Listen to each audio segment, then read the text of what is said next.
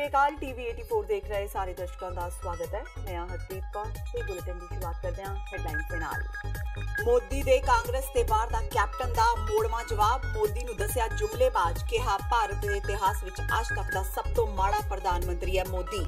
पत्रकार रामचंद्र छत्रपति हत्याकांड मामले विच सौदा साध नूं हो सकदी है सजा। 11 जनवरी नूं आवेगा फैसला। हरियाणा सरकार फैसले मौके सुरक्षा प्रबंधां नूं लैके दुचित्ते विच, जबकि रामचंद्र छत्रपति दे बेटे अंशुल ने राम रहीम दे कीती मौत दी मंग। किसानां दीआं मुश्किलां दे मुद्दे ते सुनील जाखड़ दा संसद दे बाहर प्रदर्शन। आलूआं दीआं फड़ियां लगा के मोदी सरकार नूं कोसिया, कहा मोदी सिर्फ ने अंबानियां ते अंडानियां दे प्रधानमंत्री, किसानां दीआं मुश्किलां दी नहीं है फिकर। आप दा झाड़ू छड्ड, फूलका अपनी तरह नाल करनगे पंजाब दीआं मुश्किलां दे हल लई काम। फूलका ने कहा पंजाब विचों नशा ते एसजीपीसी नूं सियासी गलबे तो मुक्त कराउण लई करनगे काम। ते श्री गुरु ग्रंथ साहिब जी दी बेदबी दे जांच लई बनी SIT दा वड्डा खुलासा। सौदा साध ही जिम्मेवार सी बेदबी लई। उधर साहिबजादा अजीत सिंह नगर दे पिंड रामगढ़ विच फिर आया गुरु ग्रंथ साहिब जी दी बेदबी दा मामला सामने, दोषी मौके तो फरार। प्रधानमंत्री नरेंद्र मोदी दे गुरदासपुर दौरे तो बाद मुख मंत्री कैप्टन अमरिंदर सिंह ने मोदी ते तिखा हमला बोलिया है। कैप्टन ने मोदी नूं देश की आजादी तो बाद सब तो माड़ा प्रधानमंत्री करार दिता। मुख्यमंत्री ने कहा कि मोदी अपना एक वादा दसे जिसनूं उसने पूरा किया है। यह पहला मौका है जदों मुख्यमंत्री कैप्टन अमरिंदर सिंह ने प्रधानमंत्री नरेंद्र मोदी लई तिखे शब्दां दी वरतों कीती होवे। कैप्टन ने कहा कि मोदी सरकार नालों वध काम तां पंजाब सरकार ने 2 साल के कार्यकाल दौरान ही कर दिते। दस्सणयोग है कि प्रधानमंत्री नरेंद्र मोदी ने अपनी गुरदासपुर रैली दौरान कांग्रेस से वड्डे शब्दी हमले किए सन। प्रधानमंत्री ने कहा कि कांग्रेस 1984 सिख विरोधी दंगियां के दोषियों को हमेशा बचाती आई है। उन्होंने कहा कि कांग्रेस ने तां सिख कतलेआम में शामिल व्यक्ति को मुख्यमंत्री की कुर्सी ते भी बिठा दिता है। प्रधानमंत्री ने कांग्रेस के किसान विरोधी होने के दोष लगाए सन। मोदी के इस बयान तो पड़के कैप्टन अमरिंदर सिंह ने तिखा प्रतिक्रम दिंदियां उन्होंने जुमलेबाज प्रधानमंत्री करार दिता, जिहड़ा देश नूं पतन वाले जा रहा है। सिरसा के पत्रकार रामचंद्र छत्रपति हत्याकांड मामले विच 11 जनवरी नूं पंचकूला CBI कोर्ट विच होने वाली डेरा मुखी गुरमीत राम रहीम की पेशी नूं लैके सरकार दुचित्ते विच फस गई है। इस मामले विच 16 साल बाद फैसला आवेगा, जिस दे लई 11 जनवरी नूं डेरा मुखी बाबा राम रहीम की पेशी होवेगी। इस मामले नूं लैके पत्रकार रामचंद्र छत्रपति के बेटे अंशुल छत्रपति ने सजाए मौत की मांग की है। पेशी नूं लैके पुलिस वालों सुरक्षा के खास बंदोबस्त किए जा रहे हैं।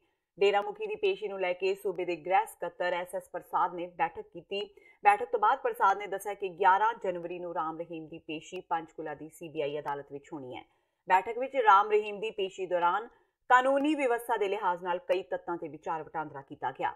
कल तक सरकार इस मामले विच फैसला करेगी। प्रसाद ने कहा कि सरकार राम रहीम की पेशी नूं लैके अदालत भी जा सकती है। उन्होंने कहा कि अदालत विच सरकार कानूनी व्यवस्था नूं देखदियां होया अपील कर सकती है। बाबा राम रहीम वाले केस में CBI का जो कोर्ट है पंचकूला में, वो अगली तारीख 11 तारीख को लगी हुई है और उसमें पर्सनल पेशी के लिए कोर्ट ने आदेश दिए हैं। इसके बारे में हमने समीक्षा की कि इसके तहत क्या कानून व्यवस्था की स्थिति उत्पन्न हो सकती है, उसके लिए हमें क्या इंतजाम करने हैं और इसके और क्या विकल्प हो सकते हैं। क्या उनको फिजिकल प्रेजेंस जरूरी है या वीडियो कॉन्फ्रेंसिंग के माध्यम से हम कोर्ट की जो प्रक्रिया है इसको हम निपटा सकते हैं। इस मीटिंग में जो डिस्ट्रिक्ट अटॉर्नी पंचकूला और दूसरे भी AG ऑफिस से जो अधिकारी मौजूद थे और इस बिंदु पे विचार कर रहे हैं जो कानूनी प्रक्रिया है, इसका क्या समाधान हो सकता है, क्या तरीका निकल सकता है जिससे हम कानून और व्यवस्था की स्थिति उत्पन्न नहीं हो। उस पे वो इस बिंदु को देख रहे हैं और हो सकता है कल तक इसका हम इसके बारे में कोई जो कानूनी बिंदु हैं उसको ध्यान में रख करके क्या संभावना निकलती है, कल तक हम इसके बारे में कुछ निर्णय ले पाएंगे। अदालत में भी जा सकती है सरकार, सब जा सकती है। आलू किसानां नूं अपनी फसल की वाजिब कीमत ना मिलण ते पंजाब तो कांग्रेस के संसद मैंबरां ने आलू वेच के रोस मुजाहरा किया। प्रदर्शनकारी संसद मैंबरां की अगवाई कर रहे पंजाब कांग्रेस के प्रधान सुनील जाखड़ ने कहा कि देश का किसान परेशान है पर मोदी जी सिर्फ अडानी ते अंबानी लई काम कर रहे हैं। उन्होंने दोष लगाया कि PM सिर्फ RSS के प्रचारक वजों ही बोलते हैं। पंजाब के लोगों को आस सी कि वह कुछ दे के जाणगे पर कुछ नहीं होया। ਸਿਰਫ ਜੁਮਲੇਬਾਜ਼ੀ ਹੋਈ। ਜਾਖੜ ਨੇ ਕਿਹਾ ਕਿ ਪੰਜਾਬ ਦੇ ਕਿਸਾਨਾਂ ਦਾ 3500 ਕਰੋੜ ਰੁਪਏ ਦਾ ਕਰਜ਼ਾ ਮਾਫ ਹੋਇਆ ਏ ਤੇ ਪੀਐਮ ਨੂੰ ਇਹ ਰਕਮ ਛੋਟੀ ਜਿਹੀ ਲੱਗਦੀ ਹੈ ਕਿਉਂਕਿ ਉਹਨਾਂ ਦੇ ਦੋਸਤ ਮਾਲਿਆ ਜਿਹੇ ਕਾਰੋਬਾਰੀ ਨੇ। ਕਿਸਾਨਾਂ ਲਈ ਪ੍ਰਦਰਸ਼ਨ ਦੇਖ ਕੇ ਆਂਧਰਾ ਪ੍ਰਦੇਸ਼ ਲਈ ਵਿਸ਼ੇਸ਼ ਦਰਜੇ ਦੀ ਮੰਗ ਕਰਨ ਵਾਲੇ टीडीपी ਦੇ ਸੰਸਦ ਮੈਂਬਰ ਵੀ ਉਹਨਾਂ ਦਾ साथ देन पहुंच गए। किसान मुक्त भारत बनाने का एक प्रण ले रखा है, जैसे बीजेपी सरकार ने, नरेंद्र मोदी जी ने कैशलेस इंडिया नहीं, किसानलेस इंडिया की तरफ अग्रसर कर रहे हैं। पहले प्याज के किसान को मारा इन्होंने, प्याज 50 पैसे किलो तक बिका है नासिक की मंडी में। आज सारे हिंदुस्तान को आलू का जो बीज है, सीड पोटैटो जो है, वो हमारे पंजाब में दोआबा रीजन से, जहां कल मोदी साहब गए हुए थे, जलंधर में पैदा किया जाता है और वहां पे एक बात तक उन्होंने किसान की नहीं की। छोटे किसान की जो आज समस्या है उसको लेके मोदी साहब बिल्कुल किसी किस्म की चिंता उनको नहीं है, सिर्फ उन्हें चिंता है अडानी और अंबानियों की, जिसको लेके आज इस सरकार की आंखें खोलने के लिए, किसान का दर्द महसूस कराने के लिए ये आलू नहीं सड़कों के ऊपर बिखरा पड़ा। आज किसान की आशाएं आज सड़क पे पड़ी हैं। आज जितने कोल्ड स्टोरेज हैं पिछली फसल से भरे पड़े हैं। किसान अपना आलू सड़कों पे डाल के उसको, क्योंकि उसका जो खर्चा है उसको निकालने का, वो उसकी कीमत से ज्यादा आ रहा है। 1984 सिख कतलेआम ਦੇ ਵਕੀਲ ਹਰਵਿੰਦਰ ਸਿੰਘ ਫੂਲਕਾ ਨੇ ਆਮ ਆਦਮੀ ਪਾਰਟੀ ਤੋਂ ਅਸਤੀਫਾ ਦੇਣ ਤੋਂ ਬਾਅਦ ਦੋ ਵੱਖ-ਵੱਖ ਫਰੰਟਾਂ ਤੇ ਆਪਣੀ ਲੜਾਈ ਸ਼ੁਰੂ ਕਰਨ ਦਾ ਅਹਿਦ ਲਿਆ ਹੈ। ਫੂਲਕਾ ਨੇ ਕਿਹਾ ਕਿ ਉਹ ਹੁਣ ਪੰਜਾਬ ਵਿੱਚੋਂ ਨਸ਼ੇ ਖਤਮ ਕਰਨ ਤੇ ਪੰਥਕ ਸੁਧਾਰਾਂ ਲਈ ਕੰਮ ਕਰਨਗੇ। ਉਹਨਾਂ ਕਿਹਾ ਕਿ ਆਪ ਦੀਆਂ ਨੀਤੀਆਂ ਨਾਪਸੰਦ ਹੋਣ ਕਰਕੇ ਹੀ ਉਹਨਾਂ ਨੇ ਪਾਰਟੀ ਨੂੰ ਛੱਡਿਆ ਹੈ। ਸੀਨੀਅਰ ਵਕੀਲ ਨੇ ਕਿਹਾ ਕਿ ਅਜੇ ਤੱਕ ਪਾਰਟੀ ਨੇ ਉਹਨਾਂ ਦਾ ਅਸਤੀਫਾ ਮਨਜ਼ੂਰ ਨਹੀਂ ਕੀਤਾ। ਫੂਲਕਾ ਨੇ ਕਿਹਾ ਕਿ ਉਹ 6 ਮਹੀਨਿਆਂ ਦੇ ਅੰਦਰ ਪੰਜਾਬ ਵਿੱਚ ਸਮਾਜ ਸੇਵੀਆਂ ਨੂੰ ਨਾਲ ਲੈ ਕੇ ਇੱਕ ਸੰਗਠਨ ਬਣਾਉਣਗੇ ਤੇ ਇਹ ਸੰਗਠਨ ਪੰਜਾਬ ਵਿੱਚ ਨਸ਼ਿਆਂ ਖਿਲਾਫ ਲੜਾਈ ਲੜੇਗਾ। ਇਸ ਦੇ ਨਾਲ ਹੀ ਫੂਲਕਾ ਨੇ ਇਹ ਵੀ ਕਿਹਾ ਕਿ ਇਸ ਸੰਗਠਨ ਰਾਹੀਂ SGPC ਨੂੰ ਸਿਆਸੀ ਲੋਕਾਂ ਦੇ ਹੱਥਾਂ ਵਿੱਚੋਂ ਮੁਕਤ ਕਰਵਾ ਕੇ ਲੋਕ ਭਲਾਈ ਤੇ ਪੰਜਾਬ ਦੇ ਜਨਤਾ ਦੇ ਹਿੱਤ ਲਈ ਵਰਤਿਆ ਜਾਵੇਗਾ। ਦਿੱਲੀ ਵਿੱਚ ਪੱਤਰਕਾਰਾਂ ਨਾਲ ਗੱਲਬਾਤ ਕਰਦਿਆਂ ਫੂਲਕਾ ਨੇ ਕਿਹਾ ਕਿ ਅੱਜ ਤੋਂ 8 ਸਾਲ ਪਹਿਲਾਂ ਅੰਨਾ ਹਜ਼ਾਰੇ ਵੱਲੋਂ ਚਲਾਏ ਗਏ ਮੂਵਮੈਂਟ ਵਿੱਚ ਕਈ ਸਮਾਜ ਸੇਵੀਆਂ ਨੇ ਹਿੱਸਾ ਲਿਆ ਤੇ ਇਸ ਵਿੱਚੋਂ ਕਈ ਲੀਡਰ ਵੀ ਨਿਕਲੇ। ਅੱਜ ਫਿਰ ਅੰਨਾ ਹਜ਼ਾਰੇ ਨੂੰ ਉਸੇ ਤਰ੍ਹਾਂ ਦਾ ਮੂਵਮੈਂਟ ਚਲਾਉਣ ਦੀ ਜ਼ਰੂਰਤ ਹੈ। ਫੂਲਕਾ ਨੇ ਕਿਹਾ ਕਿ ਉਹ ਉਹਨਾਂ ਸਾਰਿਆਂ ਨੂੰ ਸੱਦਾ ਦਿੰਦੇ ਨੇ ਜਿਹੜੇ ਪੰਜਾਬ ਤੇ ਪੰਜਾਬੀਅਤ ਲਈ ਕੰਮ ਕਰਨਾ ਚਾਹੁੰਦੇ ਨੇ। ਫੂਲਕਾ ਨੇ ਕਿਹਾ ਕਿ ਉਹ ਪੰਜਾਬ ਦੀ ਭਲਾਈ ਲਈ ਸਿਆਸਤ ਵਿੱਚ ਆਏ ਸਨ ਤੇ ਉਹਨਾਂ ਨੂੰ 5 ਸਾਲ ਦੇ ਸਿਆਸੀ ਸਫ਼ਰ ਵਿੱਚ ਲੋਕਾਂ ਵੱਲੋਂ ਭਰਵਾਂ ਸਮਰਥਨ ਮਿਲਿਆ। आप सबको मालूम है कि मैं जो एक्टिव पॉलिटिक्स से अपना किनारा किया हुआ है, मैं पार्टी की किसी एक्टिविटी में नहीं आया, किसी एक्टिव पॉलिटिक्स में नहीं आया। मैं सिर्फ 84 के केस, जहां जो मेरा सोशल वर्क का काम है, जो पंजाब में मैं वो करता रहा, वो कर रहा था। अब जब 5 साल के पॉलिटिक्स के तजर्बे ने ये सिखलाया कि जो फैसला 2012 में किया गया था कि इस मूवमेंट को पॉलिटिक्स में, पॉलिटिकल पार्टी में कन्वर्ट किया जाए, मेरा जो अपना विचार है कि शायद वो फैसला सही नहीं था। मूवमेंट को वहीं पे चलना चाहिए था, पॉलिटिकल पार्टीज वहां से निकलती और लोग वहां से पॉलिटिक्स में जाते, मगर मूवमेंट को खत्म नहीं होना चाहिए था। आज मेरा ये विचार है, आज हमें जरूरत है एक वही अन्ना हजारे जैसी मूवमेंट देश में खड़ी करने की, एक पैरेलल संगठन ऐसा खड़ा करने का जो जिसमें ये ताकत हो कि सच को सच कहे और गलत को गलत कहे। ਆਪ ਤੇ ਕਾਂਗਰਸ ਵਿੱਚ ਵੱਧ ਰਹੀਆਂ ਨਜ਼ਦੀਕੀਆਂ ਤੋਂ ਫੂਲਕਾ ਨਾਰਾਜ਼ ਸਨ, ਇਸ ਲਈ ਉਹਨਾਂ ਨੇ ਅਸਤੀਫਾ ਦਿੱਤਾ। ਕਾਂਗਰਸ ਤੇ ਆਮ ਆਦਮੀ ਪਾਰਟੀ ਦੋਵੇਂ ਹੀ ਸਿੱਖਾਂ ਦੇ ਦੁਸ਼ਮਣ ਨੇ ਤੇ ਦੋਵੇਂ ਹੀ ਸਿੱਖਾਂ ਤੇ ਕੀਤੇ ਹਮਲਿਆਂ ਦੇ ਦੋਸ਼ੀ ਨੇ। ਆਮ ਆਦਮੀ ਪਾਰਟੀ ਅਤੇ ਕਾਂਗਰਸ ਤੇ ਆਪਸੀ ਰਲਗੱਡ ਹੋਣ ਦੇ ਦੋਸ਼ ਲਗਾਏ ਨੇ ਸੁਖਬੀਰ ਬਾਦਲ ਨੇ। ਸੁਖਬੀਰ ਬਾਦਲ ਗਿੱਦੜਬਾਹਾ ਵਿੱਚ ਪਾਰਟੀ ਵਰਕਰਾਂ ਨਾਲ ਇੱਕ ਮੀਟਿੰਗ ਕਰਨ ਪੁੱਜੇ ਹੋਏ ਸਨ। ਪੱਤਰਕਾਰਾਂ ਨਾਲ ਗੱਲਬਾਤ ਕਰਦਿਆਂ ਉਹਨਾਂ ਕਿਹਾ ਕਿ ਕਾਂਗਰਸ ਪਾਰਟੀ ਨੇ ਪੰਚਾਇਤੀ ਚੋਣਾਂ ਵਿੱਚ ਅਕਾਲੀ ਉਮੀਦਵਾਰਾਂ ਦੇ ਨਾਮਜ਼ਦਗੀ ਕਾਗਜ਼ ਰੱਦ ਕਰਵਾ ਕੇ ਲੋਕਤੰਤਰ ਦਾ ਗਲਾ ਘੋਟਿਆ ਹੈ। ਅਕਾਲੀ ਦਲ ਦੇ ਵਰਕਰਾਂ ਤੇ ਚੋਣਾਂ ਦੌਰਾਨ ਹੋਏ ਝੂਠੇ ਪਰਚਿਆਂ ਦਾ ਹਿਸਾਬ ਕਿਤਾਬ ਅਕਾਲੀ ਸਰਕਾਰ ਦੇ ਆਉਣ ਤੇ ਲਿਆ ਜਾਵੇਗਾ। ਇੱਕ ਤਾਂ ਵਰਕਰਾਂ ਵਿੱਚ ਕਾਂਗਰਸ ਸਰਕਾਰ ਦੇ ਖਿਲਾਫ ਬੜਾ ਗੁੱਸਾ ਹੈ। ਸਾਰੇ ਵਰਕਰਾਂ ਜਿਹੜੇ ਇਲੈਕਸ਼ਨ ਸਾਡੀ ਪਾਰਟੀ ਦੇ ਲੜ ਰਹੇ ਸੀ ਉਹਨਾਂ ਦੇ ਕਾਗਜ਼ ਰੱਦ ਕਰ ਦਿੱਤੇ ਜਾਂ ਉਹਨਾਂ ਦੇ ਝੂਠੇ ਪਰਚੇ ਕਰ ਦਿੱਤੇ। ਜਿਹੜੇ ਨੋਮੀਨੇਸ਼ਨ ਦਿੱਤੇ ਸੀ ਉਹਨਾਂ ਦੀ ਰਿਜ਼ਲਟ ਡਿਕਲੇਅਰ ਕਰ ਦਿੱਤੇ ਬਗੈਰ ਕਾਊਂਟਿੰਗ ਤੇ। ਡੈਮੋਕ੍ਰੇਸੀ ਦਾ ਘਾਣ ਕੀਤਾ, ਲੋਕਾਂ 'ਚ ਬੜਾ ਗੁੱਸਾ ਹੈ ਤੇ ਜੋਸ਼ ਵੀ ਹੈ ਹੁਣ ਕਾਂਗਰਸ ਨੂੰ ਹਰਾਉਣ ਦਾ ਪਾਰਲੀਮੈਂਟ ਵਿੱਚ। ਐਸੇ ਫੂਲਕੇ ਦਾ ਅਸਤੀਫਾ ਮੈਂ ਕਹਿਣਾ ਚਾਹੁੰਦਾ ਕਿ ਉਹਨੂੰ ਅਸਲੀਅਤ ਆਮ ਆਦਮੀ ਪਾਰਟੀ ਦੀ ਪਤਾ ਲੱਗ ਗਈ ਹੈ। ਆਮ ਆਦਮੀ ਪਾਰਟੀ ਤੇ ਕਾਂਗਰਸ ਇੱਕੋ ਹੀ ਹੈ, ਉਹ ਸਾਰੇ ਕੌਮ ਦੇ ਦੁਸ਼ਮਣ ਹੈ, ਸਾਰੇ ਰਲੇ ਹੈ। ਆ ਸਾਰੇ ਜਿਨ੍ਹਾਂ ਨੇ ਆਪਣੇ ਸਿੱਖ ਕੌਮ ਤੇ ਹਮਲਾ ਕੀਤਾ ਉਹਨਾਂ ਨੇ ਇਕੱਠੇ ਮਿਲੇ ਹੈ। ਆਮ ਆਦਮੀ ਪਾਰਟੀ ਨੂੰ ਚਾਹੇ ਹਰਵਿੰਦਰ ਸਿੰਘ ਫੂਲਕਾ ਨੇ ਅਲਵਿਦਾ ਕਹਿ ਦਿੱਤੀ ਹੈ, ਪਰ ਆਪ ਅਜੇ ਵੀ ਫੂਲਕਾ ਦਾ ਸਾਥ ਨਹੀਂ ਛੱਡੇਗੀ। ਫੂਲਕਾ ਦੇ ਅਸਤੀਫੇ ਤੋਂ ਬਾਅਦ ਵੀ ਵਿਰੋਧੀ ਧਿਰ ਦੇ ਨੇਤਾ ਹਰਪਾਲ ਸਿੰਘ ਚੀਮਾ ਨੇ ਕਿਹਾ ਕਿ ਆਮ ਆਦਮੀ ਪਾਰਟੀ ਫੂਲਕਾ ਦੀ SGPC ਚੋਣਾਂ ਵਿੱਚ ਡਟ ਕੇ ਹਮਾਇਤ ਕਰੇਗੀ। ਹਾਲਾਂਕਿ ਫੂਲਕਾ ਨੇ ਆਮ ਆਦਮੀ ਪਾਰਟੀ ਬਣਨ ਦੇ ਵਿਰੋਧ ਵਿੱਚ ਬਿਆਨ ਦਿੰਦਿਆਂ ਕਿਹਾ ਹੈ ਕਿ ਅੰਨਾ ਹਜ਼ਾਰੇ ਅੰਦੋਲਨ ਹੀ ਰਹਿੰਦਾ ਤਾਂ ਚੰਗੀ ਗੱਲ ਸੀ। ਇਸ ਬਾਰੇ ਹਰਪਾਲ ਚੀਮਾ ਨੇ ਕਿਹਾ ਕਿ ਅੰਨਾ ਹਜ਼ਾਰੇ ਅੰਦੋਲਨ ਭ੍ਰਿਸ਼ਟਾਚਾਰ ਖਤਮ ਕਰਨਾ ਚਾਹੁੰਦਾ ਸੀ ਤੇ ਆਮ ਆਦਮੀ ਪਾਰਟੀ ਵੀ ਉਸੇ ਹੀ ਮੁੱਦਿਆਂ ਤੇ ਕੰਮ ਕਰ ਰਹੀ ਹੈ। ਹਾਲਾਂਕਿ ਆਮ ਆਦਮੀ ਪਾਰਟੀ ਵਿੱਚ ਇੱਕ ਤੋਂ ਬਾਅਦ ਇੱਕ ਵਿਕਟ ਡਿੱਗਦੇ ਜਾ ਰਹੇ ਨੇ, ਪਰ ਹਰਪਾਲ ਚੀਮਾ ਦਾ ਦਾਅਵਾ ਹੈ ਕਿ ਪਾਰਟੀ ਪੰਜਾਬ ਵਿੱਚ ਪੂਰੀ ਤਰ੍ਹਾਂ ਮਜ਼ਬੂਤ ਹੈ। ਚੀਮਾ ਨੇ ਕਿਹਾ ਜੇਕਰ ਫੂਲਕਾ SGPC ਚੋਣਾਂ ਵਿੱਚ ਹਿੱਸਾ ਲੈਣਗੇ ਤਾਂ ਆਮ ਆਦਮੀ ਪਾਰਟੀ ਉਹਨਾਂ ਨੂੰ ਡਟ ਕੇ ਸਪੋਰਟ ਕਰੇਗੀ। देखो जी, फूलका साहब ने इस्तीफा दिता कल, पर कारण नहीं पता लग सके। मैं निजी तौर पर कह सकता फूलका साहब जो है पार्टी नाल बिल्कुल नाराज़ नहीं, पार्टी के नाल ने, हमेशा पार्टी को गाइड करते हैं। खास तौर पर मैनू ਜਾਂ जिन्ने भी साडे MLA साहबान ने सब लगातार गाइड करते हैं, लगातार दसते हैं भी किस तरह तुसीं हैगा लोक मसलों लैके लड़ाई लड़नी है और किस तरह विधान सभा के अंदर विधान सभा बाहर भी लड़ाई लड़नी है, क्योंकि उन्होंने बहुत बड़ा तजर्बा 34 साल का। असीं उस तजर्बे तो सेध लैके पंजाब दे विच काम करते रहने कि फूलका साहब नूं बड़ा समझा के बड़ा जल्दी उन्होंने असीं कन्विंस करा के उन्होंने अस्तीफा उन्होंने वापस दवा देवांगे। देखो जी, फूलका साहब का जिहड़ा योगदान आ 84 के कतलेआम नूं ਦੇ ਦੋਸ਼ੀਆਂ ਨੂੰ ਸਜ਼ਾ ਦਿਵਾਉਣ ਲਈ ਬਹੁਤ ਵੱਡਮੁੱਲਾ ਯੋਗਦਾਨ ਹੈ। ਉਹਨਾਂ ਨੇ ਆਪਣੀ ਜ਼ਿੰਦਗੀ ਦੇ ਲਗਭਗ 34 ਸਾਲ ਉਹਨਾਂ ਕੇਸਾਂ ਨੂੰ ਅੰਜਾਮ ਦੇਣ ਤੇ ਲਾਤੇ, ਉਹਨਾਂ ਲੋਕਾਂ ਨੂੰ ਸਜ਼ਾ ਦਿਵਾਉਣ ਤੇ ਲਾਤੇ। ਮੈਂ ਕਹਿੰਦਾ ਇਹ ਹਾਲੇ ਤੱਕ ਸਭ ਤੋਂ ਵੱਡਾ ਇੱਕ ਕੇਸ ਸਜ਼ਾ ਹੋਈ ਹੈ ਸੱਜਣ ਕੁਮਾਰ ਨੂੰ, ਔਰ ਜਲਦੀ ਜਿਹੜੇ ਹੋਰ ਦੋਸ਼ੀ ਨੇ ਉਹਨਾਂ ਨੂੰ ਜਲਦੀ ਸਜ਼ਾ ਹੋਊਗੀ। ਫੂਲਕਾ ਸਾਹਿਬ ਦਾ ਜਿਹੜਾ ਹੈਗਾ ਅਸਤੀਫਾ ਅਸੀਂ ਨਾ ਮਨਜ਼ੂਰ ਕਰਾਉਣ ਦੇ ਲਈ ਜ਼ੋਰ ਪਾਵਾਂਗੇ ਤਾਂ ਕਿ ਉਹ ਪਾਰਟੀ 'ਚ ਕੰਮ ਕਰਦੇ ਰਹਿਣ। ਬਠਿੰਡਾ ਦੀ ਲੋਕ ਸਭਾ ਸੀਟ ਤੋਂ ਮਨਪ੍ਰੀਤ ਬਾਦਲ ਵੱਲੋਂ ਚੋਣ ਲੜਨ ਦੀ ਇੱਛਾ ਜਤਾਏ ਜਾਣ ਤੋਂ ਬਾਅਦ ਇਸ ਸੀਟ ਤੇ ਇੱਕ ਵਾਰ ਫੇਰ ਮੁਕਾਬਲਾ ਬੇਹੱਦ ਦਿਲਚਸਪ ਹੁੰਦਾ ਨਜ਼ਰ ਆ ਰਿਹਾ ਹੈ। ਜੇ ਮਨਪ੍ਰੀਤ ਬਾਦਲ ਬਠਿੰਡਾ ਤੋਂ ਚੋਣ ਮੈਦਾਨ ਵਿੱਚ ਉਤਰਦੇ ਨੇ ਤਾਂ ਉਹਨਾਂ ਦਾ ਮੁਕਾਬਲਾ ਕਿਸੇ ਹੋਰ ਨਾਲ ਨਹੀਂ, ਸਗੋਂ ਉਹਨਾਂ ਦੀ ਭਾਬੀ ਹਰਸਿਮਰਤ ਕੌਰ ਬਾਦਲ ਨਾਲ ਹੋਵੇਗਾ। ਇਹ ਪਹਿਲੀ ਵਾਰ ਨਹੀਂ ਹੈ ਜਦੋਂ ਦਿਓਰ ਤੇ ਭਰਜਾਈ ਆਮੋ ਸਾਹਮਣੇ ਹੋਣਗੇ। 2014 ਦੀਆਂ ਲੋਕ ਸਭਾ ਚੋਣਾਂ ਵਿੱਚ ਵੀ ਮਨਪ੍ਰੀਤ ਬਾਦਲ ਹਰਸਿਮਰਤ ਨਾਲ ਆਡਾ ਲਾ ਚੁੱਕੇ ਨੇ। ਹਾਲਾਂਕਿ ਮਨਪ੍ਰੀਤ ਦਾ ਕਹਿਣਾ ਹੈ ਕਿ ਜੇ ਹਾਈ ਕਮਾਂਡ ਕਹੇਗੀ ਉਹ ਤਾਂ ਹੀ ਇਸ ਸੀਟ ਤੇ ਚੋਣ ਲੜਨਗੇ। ਅਕਾਲੀ ਆਗੂ ਬਿਕਰਮ ਸਿੰਘ ਮਜੀਠੀਆ ਨੇ ਪੰਜਾਬ ਦੇ ਨੌਜਵਾਨਾਂ ਨੂੰ ਪੰਜਾਬ ਸਰਕਾਰ ਵੱਲੋਂ ਦਿੱਤੇ ਜਾਣ ਵਾਲੇ ਸਮਾਰਟਫੋਨ ਨਾ ਲੈ ਕੇ ਸਗੋਂ ਪੰਜਾਬ ਦੇ ਵਜ਼ੀਰਾਂ ਦੇ ਫੋਨ ਲੈਣ ਦੀ ਸਲਾਹ ਦਿੱਤੀ ਹੈ।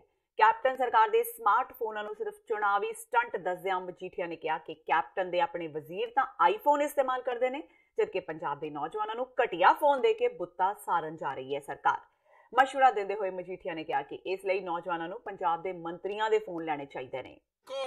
ਇਹਨਾਂ ਨੇ ਮੋਬਾਈਲ ਨਹੀਂ ਦੇਣਾ। ਮੈਂ ਤਾਂ ਸਾਰੇ ਨੌਜਵਾਨਾਂ ਨੂੰ ਬੇਨਤੀ ਕਰੂੰਗਾ ਜਾਂ ਤਾਂ ਦੇਣ ਆਈਫੋਨ ਜਿਹੜੇ ਆਪੇ ਵਜ਼ੀਰ ਵਰਤਦੇ ਆ, ਜੇ ਤਾਂ ਦੇਣਗੇ ਦੂਜੇ ਕੋਈ ਘਟੀਆ ਫੋਨ ਕਿਸੇ ਦੇ ਕੰਨ 'ਚ ਬਲਾਸਟ ਹੋ ਜੂ, ਪਾਟ ਜੂ ਬੈਟਰੀ, ਆਪ ਦਾ ਨੁਕਸਾਨ ਵੀ ਕਰਾਉਂਗੇ ਇਹਨਾਂ ਦੇ ਫੋਨ ਦੇ ਚੱਕਰ 'ਚ। ਇਹਨਾਂ ਨੂੰ ਕਹੋ ਆਹ ਫੋਨ ਤੁਸੀਂ ਰੱਖ ਲਓ, ਵਜ਼ੀਰ ਤੇ ਮੁੱਖ ਮੰਤਰੀ ਜਿਹੜਾ ਆਈਫੋਨ ਵਰਤਦਾ ਉਹ ਸਾਨੂੰ ਦੇ ਦਿਓ। ਉਹ ਜੀ ਦੇਣਾ ਕੱਖ ਨਹੀਂ ਇਹਨਾਂ ਨੇ, ਇਹ ਤਾਂ ਕੱਲਾ ਇਲੈਕਸ਼ਨ ਦਾ ਸਟੰਟ ਹੈ। ਬੁੱਧ ਸ਼ੋ ਨੂੰ ਪੁੱਛੋ ਜਿਵੇਂ ਉਹਦਾ ਕਰਜ਼ਾ ਮਾਫ ਕੀਤਾ ਨਾ ਉਹੋ ਜਿਹਾ ਮੋਬਾਈਲ ਫੋਨ ਹੈ। ਮਗਰ ਮੈਂ ਬੇਨਤੀ ਕਰਦਾ ਕਿ ਤੁਹਾਡੀ ਸਿਹਤ ਲਈ ਹਾਨੀਕਾਰਕ ਹੋਊਗਾ, ਇਹਦਾ ਕੋਈ ਪਤਾ ਨਹੀਂ ਹੈ। ਕਾਂਗਰਸੀ ਮੋਬਾਈਲ ਉਹੋ ਜਿਹਾ ਹੋਊ ਕਦੋਂ ਤੁਹਾਡੇ ਕੰਨ 'ਚ ਪਾੜ ਸਕਦਾ ਦਾ ਕੋਈ ਭਰੋਸਾ ਹੀ ਨਾ ਵਰਤਿਓ।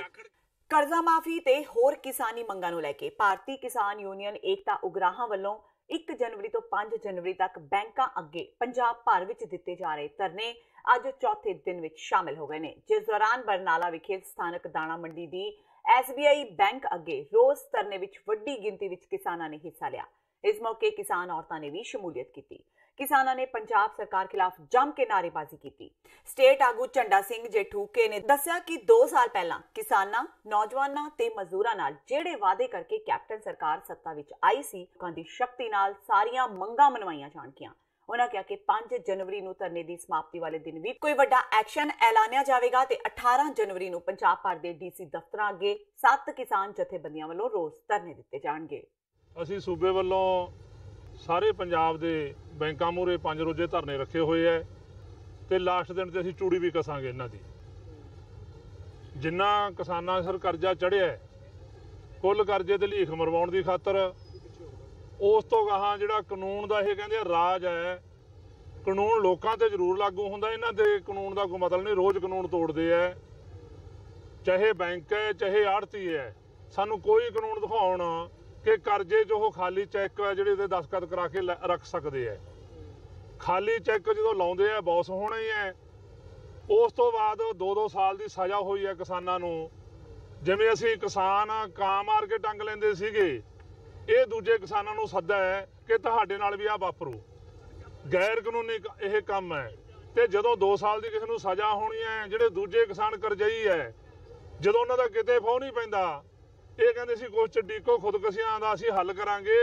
ਇਹਦੇ ਨਾਲ ਖੁਦਕਸ਼ੀਆਂ ਹੋਰ ਵਧਣੀਆਂ, ਕਿਉਂਕਿ ਜੇ ਪੈਸੇ ਦਾ ਹੱਲ ਨਹੀਂ ਹੋਣਾ ਉਧਰ ਜੇਲ੍ਹ ਦਿੰਦੀ ਹੈ। ਇਹ ਖੁਦਕਸ਼ੀਆਂ ਲਈ ਮਜਬੂਰ ਕਰ ਰਹੀ ਹੈ ਸਰਕਾਰ ਉਹਨਾਂ ਨੂੰ। ਤਾਂ 18 ਤੇ ਅਸੀਂ ਅਗਲਾ ਐਲਾਨ ਇਹ ਕਰਾਂਗੇ ਕਿ ਇਹਨਾਂ ਨੂੰ ਇੱਕ ਕੁਛ ਕਰਨਾ ਪੈਣਾ, ਜਾਂ ਸਾਡੇ ਤੇ ਸਖਤੀ ਕਰਨੀ ਪੈਣੀ ਹੈ, ਜਾਂ ਸਾਡੀਆਂ ਮੰਗਾਂ ਜਿਹੜੀਆਂ ਮੰਨਣੀਆਂ ਪੈਣੀਆਂ। ਉਹ ਸਾਡਾ ਤੈਅ ਹੋ ਗਿਆ ਸੱਤਾਂ ਦਾ। ਕੱਲ ਮੀਟਿੰਗ ਮੋਗੇ ਦੇ ਵਿੱਚ ਰੱਖੀ ਹੋਈ ਸੀ, ਐਲਾਨ ਅਸੀਂ 18 ਨੂੰ ਕਰਨਾ ਉਹਦਾ। ਭਾਰਤੀ ਕਿਸਾਨ ਯੂਨੀਅਨ ਵੱਲੋਂ 1 ਜਨਵਰੀ ਤੋਂ ਬੈਂਕਾਂ ਅੱਗੇ ਦਿੱਤੇ ਜਾ ਰਹੇ ਧਰਨਿਆਂ ਨੂੰ ਸਹਿਕਾਰਤਾ ਵਿਭਾਗ ਨੇ ਸੌੜੇ ਸਿਆਸੀ ਹਿੱਤਾਂ ਲਈ ਦਿੱਤੇ ਧਰਨੇ ਤੇ ਰੋਸ ਮੁਜ਼ਾਹਰੇ ਦੱਸਿਆ ਹੈ।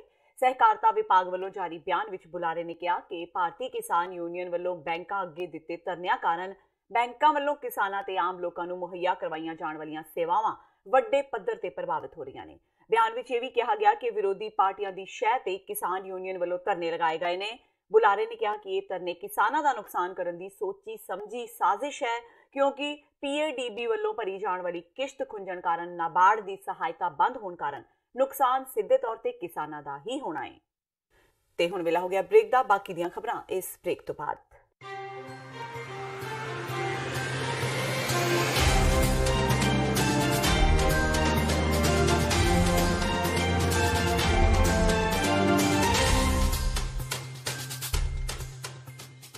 ਕੀ ਤੁਸੀਂ ਆਪਣੇ ਟੈਕਸਿਸ ਨੂੰ ਲੈ ਕੇ ਚਿੰਤਤ ਹੋ? ਤੁਸੀਂ ਆਪਣੀ ਕਮਾਈ ਲਈ ਮਿਹਨਤ ਕਰਦੇ ਹੋ, ਭਾਵੇਂ ਤੁਸੀਂ ਨੌਕਰੀ ਵਿੱਚ ਹੋਵੋ ਜਾਂ ਆਪਣਾ ਬਿਜ਼ਨਸ ਚਲਾਉਂਦੇ ਹੋ। ਜਦੋਂ ਟੈਕਸ ਭਰਨ ਦਾ ਸਮਾਂ ਆਉਂਦਾ ਤਾਂ ਤੁਹਾਨੂੰ ਇੱਕ ਭਰੋਸੇਯੋਗ ਟੈਕਸ ਅਕਾਊਂਟੈਂਟ ਦੀ ਲੋੜ ਹੈ, ਜੋ ਟੈਕਸ ਬੈਲੈਂਸ ਦਾ ਤੁਹਾਡੇ ਪੱਖ ਵਿੱਚ ਜਾਣਾ ਯਕੀਨੀ ਬਣਾਵੇ। ਸਿਆਟਲ ਦੀ ਜਾਣੀ ਪਛਾਣੀ company accurate accountants and taxes ਤੁਹਾਡੀ ਸੇਵਾ ਵਿੱਚ ਹਾਜ਼ਰ ਹੈ। ਅਸੀਂ ਹਰ ਤਰ੍ਹਾਂ ਦੇ ਟੈਕਸ ਭਰਨ ਵਿੱਚ ਤੁਹਾਡੀ ਮਦਦ ਕਰਾਂਗੇ। ਟੈਕਸ ਸੰਬੰਧੀ ਕਿਸੇ ਵੀ ਤਰ੍ਹਾਂ ਦੇ ਸਵਾਲ ਲਈ ਅੱਜ ਹੀ ਸਾਡੇ ਤੱਕ ਪਹੁੰਚ ਕਰੋ। Accurate accountants and Texas.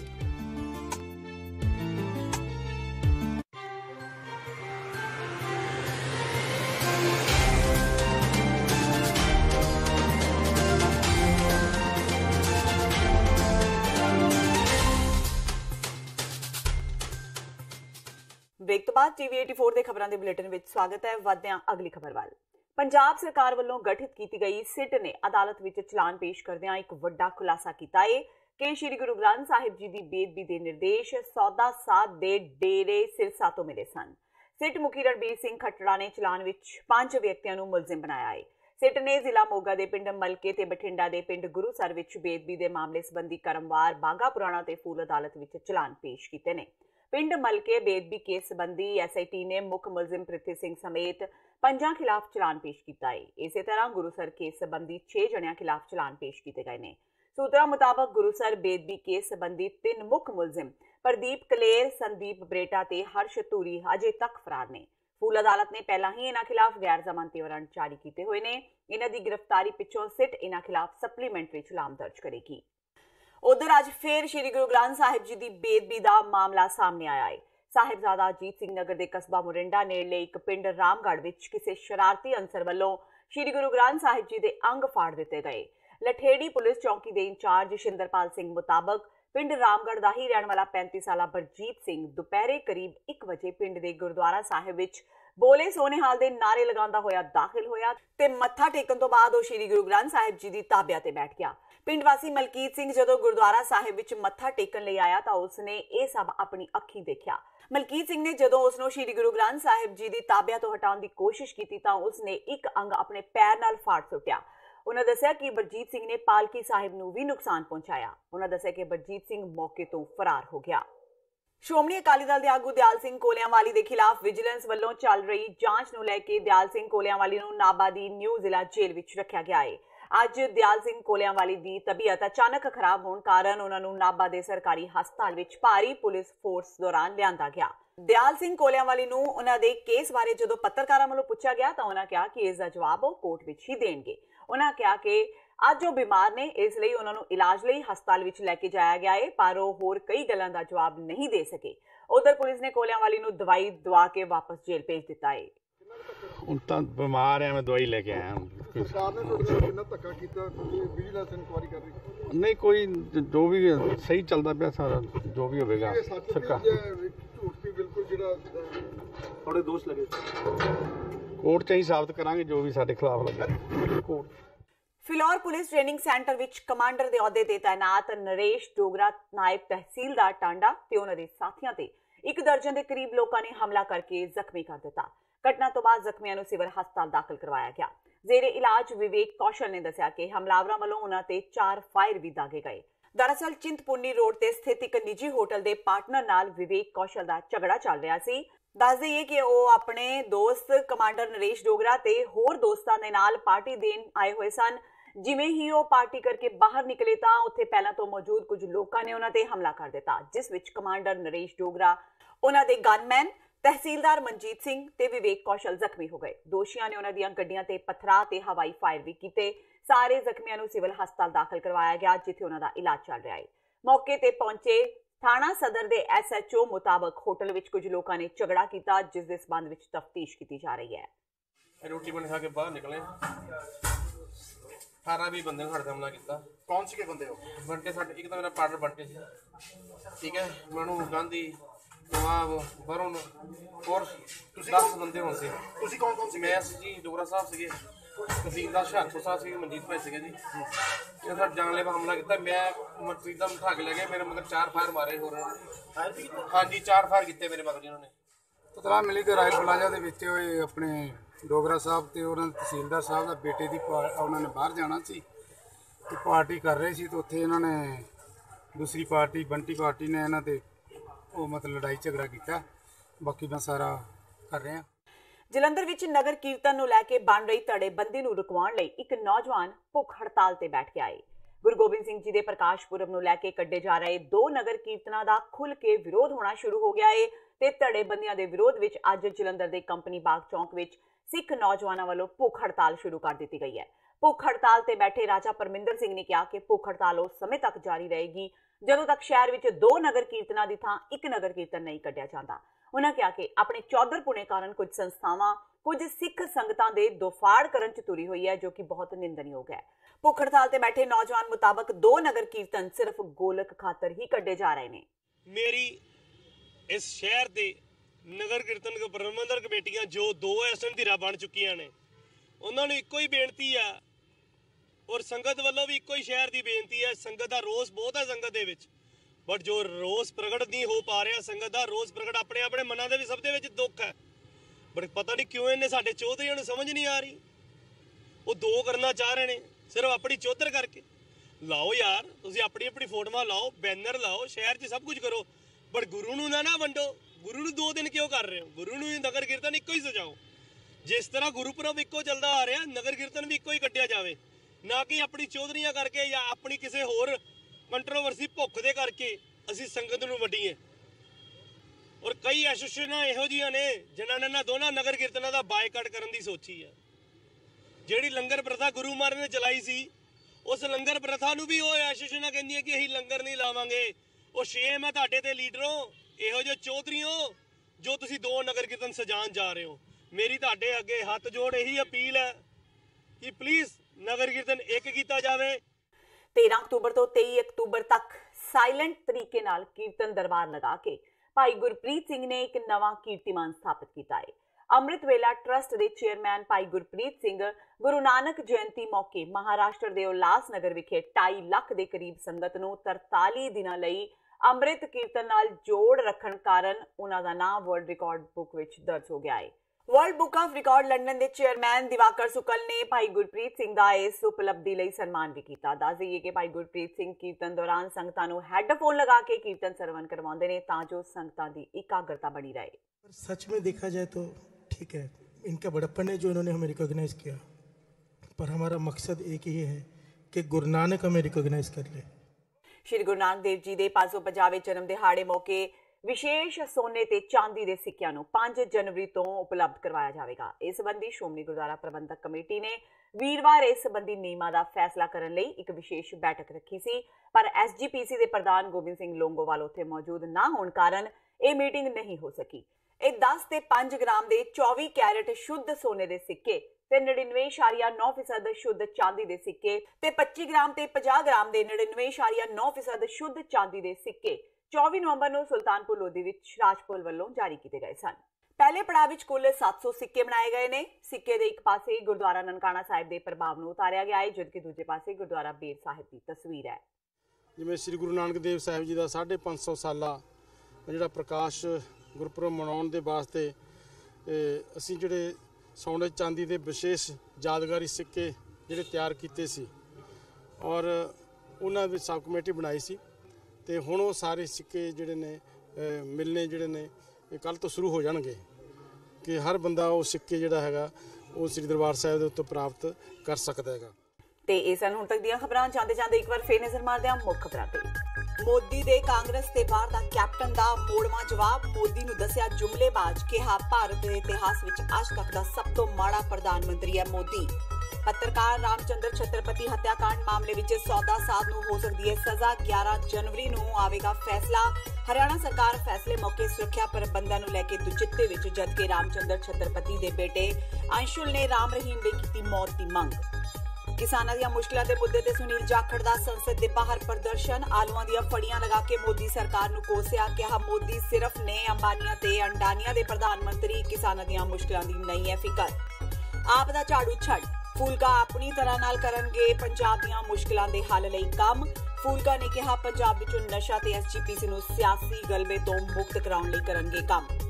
ਤੇ ਸ਼੍ਰੀ ਗੁਰੂ ਗ੍ਰੰਥ ਸਾਹਿਬ ਜੀ ਦੀ ਬੇਅਦਬੀ ਦੀ ਜਾਂਚ ਲਈ ਬਣੀ SIT ਦਾ ਵੱਡਾ ਖੁਲਾਸਾ। ਸੌਦਾ ਸਾਧ ਹੀ ਜ਼ਿੰਮੇਵਾਰ ਸੀ ਬੇਅਦਬੀ ਲਈ। ਉਧਰ ਸਾਹਿਬਜ਼ਾਦਾ ਅਜੀਤ ਸਿੰਘ ਨਗਰ ਦੇ ਪਿੰਡ ਰਾਮਗੜ੍ਹ ਵਿੱਚ ਫੇਰ ਆਇਆ ਗੁਰੂ ਗ੍ਰੰਥ ਸਾਹਿਬ ਜੀ ਦੀ ਬੇਅਦਬੀ ਦਾ ਮਾਮਲਾ ਸਾਹਮਣੇ, ਦੋਸ਼ੀ ਮੌਕੇ ਤੋਂ ਫਰਾਰ। ਇਸ ਦੇ ਨਾਲ ਹੀ TV 84 ਦਾ ਖਬਰਾਂ ਦਾ ਇਹ ਬੁਲੇਟਿਨ ਖਤਮ ਹੁੰਦਾ ਹੈ। ਮੈਨੂੰ ਹਰਪ੍ਰੀਤ ਕੌਰ ਨੂੰ ਦਿਓ ਇਜਾਜ਼ਤ। ਸਤਿ ਸ਼੍ਰੀ ਅਕਾਲ।